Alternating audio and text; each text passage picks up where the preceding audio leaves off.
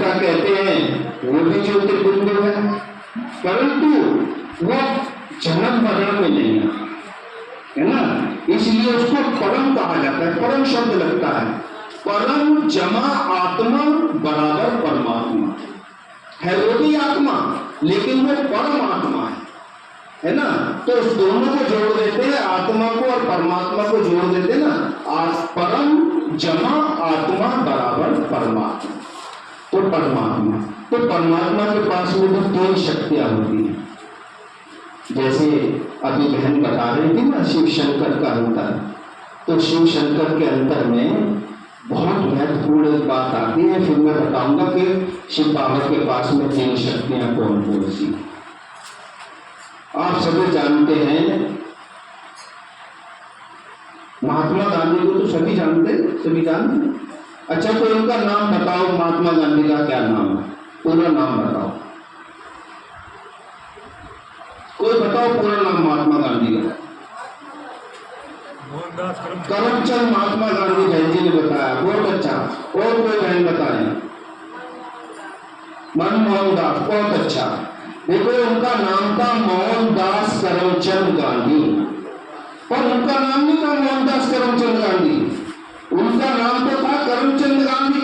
मोहनदास तो उनके पिता का नाम था, तो पिता का नाम अपने साथ में जोड़ करके मोहनदास करमचंद गांधी लिखते थे।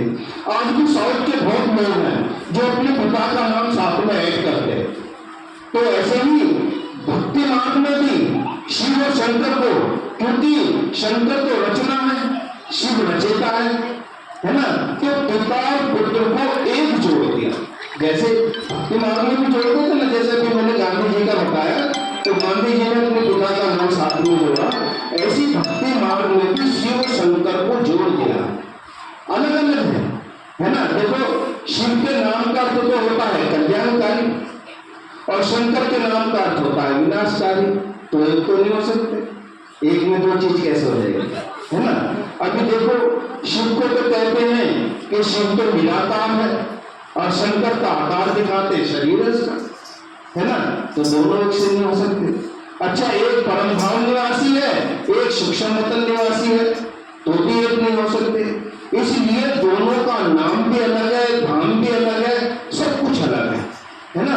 लेकिन भक्ति मार्ग में ना जानने के कारण हमने शिव शंकर को एक कर दिया। अब देखो कि उनके पास में शक्तियां कौन कौन सी हैं जिसके द्वारा वो सारी दुनिया को चलाता है ना।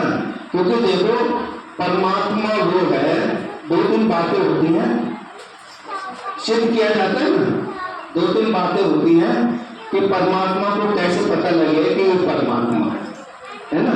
एक तो परमात्मा के लिए कहते हैं कि परमात्मा जन्म मरण से न्यारा है ना, माता की तरफ से जन्म नहीं लेती।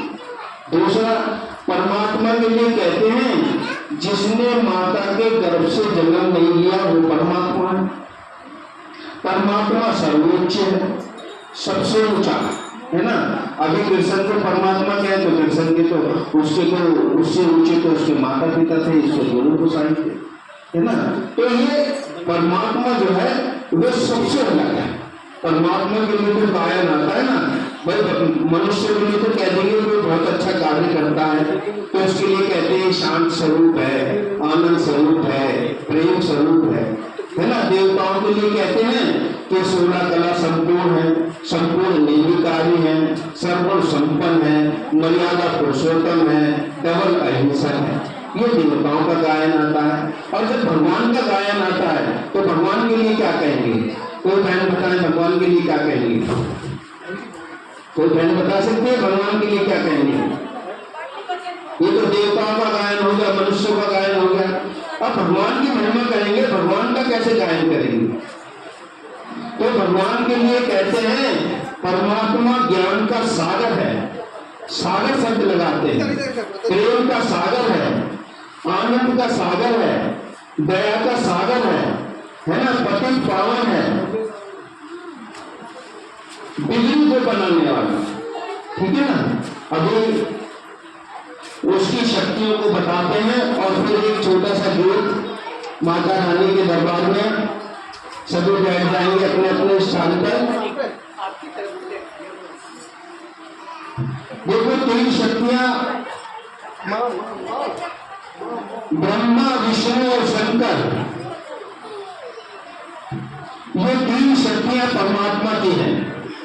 ब्रह्मा के द्वारा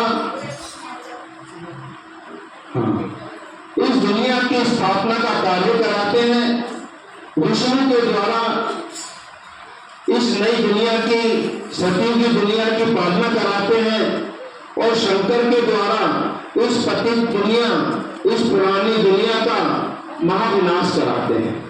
तो ये शक्तियां शिव बाबा के पास हैं, इसलिए उसको ऑलमाइटी अथॉरिटी माना सर्वशक्तिवान कहा जाता है।